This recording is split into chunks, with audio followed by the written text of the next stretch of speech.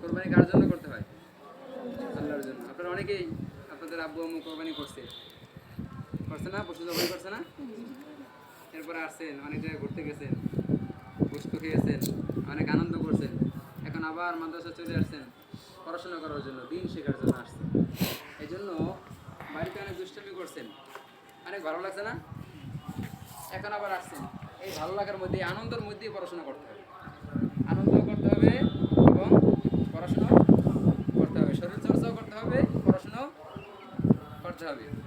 তো আলহামদুলিল্লাহ আমাদের ছাত্র ভাইয়েরা অনেকেই দূর দূরান্ত থেকে চলে আসছে, অনেকে কী করছে, দূর দূরান্ত থেকে চলে আসছে, এখনও আসতেছে। আজকে 24 তারিখ, 24/6/2024, তাফসীরুল কোরআন আল আজহার ইন্টারন্যাশনাল মাদ্রাসা খোলা। তারপরে অনেকেই আসছেন, আরও যারা আসতেছে আল্লাহ তাআলা যেন তাদেরকে সহিহ সালামতে মাদ্রাসায় আসার তৌফিক দান করে। আল্লাহুম্মা আমিন। এবং আপনারা যারা আসছেন, আপনাদের এখন কেমন লাগতেছে মাদ্রাসায় আসার পরে? কেমন লাগতেছে?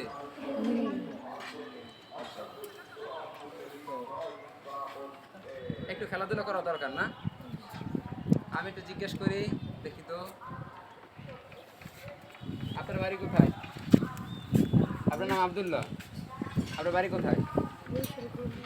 বরিশাল গৌরনদী। আপনার বাড়ি কোথায়? কুয়াকাটা, কলাপাড়া।